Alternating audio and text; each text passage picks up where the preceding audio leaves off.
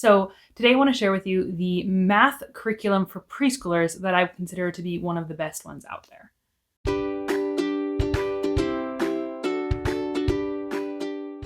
Hi, welcome. Thanks for joining me. If you're new here, I am a young homeschool mom to a couple of children. I'm currently going to be doing a kindergartner and a preschooler this coming school year. And today I wanted to share with you just a math resource for preschoolers that I think is an excellent resource. And if you've been following me for any length of time or watching many of my other videos, you've probably seen me mention this and it may not come as much of a surprise to you. But that would be Preschool Math at Home by Kate Snow. This is the beginning of the Math with Confidence series. It's not technically part of the series, but it builds right up to where they begin at the series. So I consider it part of the series. But this would be one of my top recommendations for preschool math if you want to start something with a young child. And I guess today I kind of wanted to show you it, and I want to open it up, read a few activities, and kind of tell you a little bit more about what it actually is. So this handles numbers from 0 to 10. That's it. It doesn't go much beyond that. It doesn't touch addition and subtraction. This is for preschoolers. This is for young children.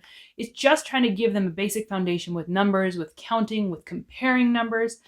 And before you say, my child can count to 10 and compare numbers, I don't need it, let me read you some of the activities and kind of explain why I think you may still. So my daughter could count to 10 fluently. And I was surprised actually at what limitations she had and how this book really did help her. So you don't just count to 10, right? So the beginning, and I'm going to go to the table of contents and just read you a couple of the activities and talk about them. So you start with counting to 5 and you count 5 toys in a line. When my daughter started, she could count fluently. But when I asked her to count a number of object, a specified number, and then stop and tell me how many she counted, she couldn't. She'd go 1, 2, 3, 4, 5, and then she'd look at it and say, how many did you count? She'd go, I don't know. So counting a specific number of objects and stopping was different than counting.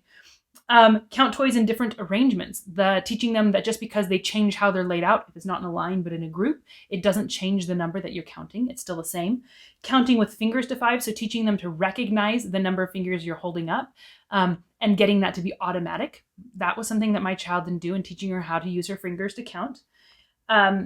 Introducing 0, matching the numbers of counters. So you lay a number of counters out in a specific pattern and they have to match the pattern with the right number of counters. Matching, that's a totally different skill of counting, not just counting a number, but counting a specified number and then organizing it in a way that matches yours. Feed the stuffed animal. My children really love this. So she tries to make some of these a little bit more game oriented if you want to make it more fun for children. But basically, the skill of counting is different from the skill of counting a specific number of objects, and that's different from the skill of counting out a specific number of things. So for this one, we got a stuffed teddy bear or a doll or something in a plate, and we'd pretend the counters were cookies, and I'd ask her to count out 4 cookies, and she would have to put 4 counters on the plate, and then her animal would pretend to eat them. But my children both really struggled with stopping at a specific number that I'd said, or remembering the number they were counting to. Once they started counting, they just forgot that they were going to 4. They would just keep going, or they would stop at 2, or it was challenging for them to actually hit a designated number and stop. And then when you're done with physical counters, then she moves you on to clapping or hopping or something a little more abstract, not where they see something to count, but they hear something to count or a movement that they're counting, which is a little bit more abstract for them to follow along with. And so that's counting to 5. And so then you count to 10, and a lot of the things counting to 10 are similar activities. She's getting you really caught up in there. And then she starts talking about numbers. So not just counting, but recognizing the numbers and working with the numbers and recognizing the numbers in relation to counting. Like, we can count to 5. This is the number 5. This is what this many objects stands for. And so it's good. They've been practicing counting, practicing all these things. And so now they're putting in numbers in relation to the counting. They start working with the 5 frame and the 10 frame. And if you're not familiar with that, this would be a 5 frame. And a 10 frame is basically twice this long with a dark middle line between both 5 halves. So they start working with counting on a 10 frame and then getting them to recognize the numbers on a 10 frame without having to count them, or on a 5 frame to begin with. And that's also a great skill, because later in her program especially, but also in other things, they start using the 10 frames as a help with addition and subtraction. So for them to be able to recognize the number of counters on them without having to count is great for that pre-work for your preschooler. Then they start working with numbers from 6 to 10. And then they start comparing numbers and quantities in preparation for your addition and subtraction, right? So if your child doesn't know that something is more or less, what does that mean? And that was actually a concept that my daughter struggled with for a while. More or less, this number is more or less. And not when she'd see like a pile of something that was more or less, she could do that. But when she'd see like an 8 and a 6, figuring out which was more and which was less was hard for her. And then they go into addition and subtraction stories. And by that, they mean like penny stories, like you talk through, oh, the pennies, and then you remove some. You're not actually giving them like pages to do. So most of them are like stories or snack games for those addition and subtraction things.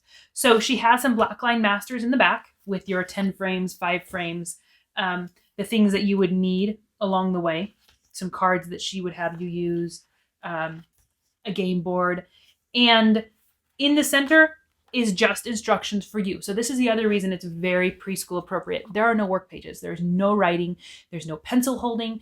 There's no, there's none of that. It's all game and activity based. So it's super appropriate, especially for wiggly ones. And I think you could take some of these activities and get off the table and go run around and do them if you had a really, really wiggly, like 5-year-old boy or 4-year-old boy that you were needing to do this with.